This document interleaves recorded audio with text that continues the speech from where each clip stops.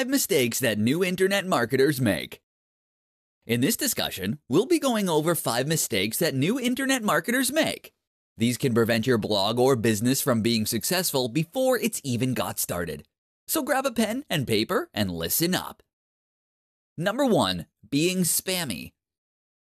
Let's face it, an awful lot of people who get into internet marketing do so because they want to make money quickly with minimum work.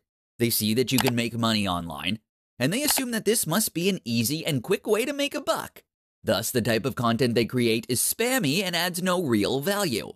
But look at all the biggest brands online and you'll notice something they all have in common. They're good. Number 2. Poor design. Similarly, your web design should be top-notch. That means having a strong brand, it means having a responsive and modern website, and it means using the best tools to build everything. Again, look at your competition. Does your site honestly compete? Number 3. Not creating enough volume. Again, to reiterate, becoming an internet marketer is not a get-rich-quick scheme. If you approach it with that mindset, then you are in for a nasty shock. To succeed at internet marketing to the point that it becomes your day job, you initially need to treat it like your day job. That means you will be working 8-hour days writing new blog posts, gaining links, and communicating with your fans. This is non-negotiable. Number 4. Not being social. The social aspect is hugely important for internet marketers.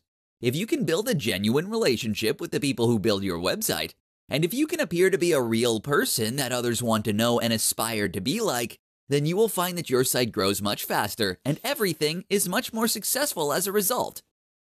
Number 5. Not waiting long enough. Finally, the last big mistake that bloggers make is not waiting long enough. This is something even big brands are guilty of when starting new ventures. If you want your website to be a huge hit, then you need to wait. It takes time to gain momentum and traction on Google, with your audience, and elsewhere. If your site hasn't become a massive success in 2 years, then keep going. It will all be worth it.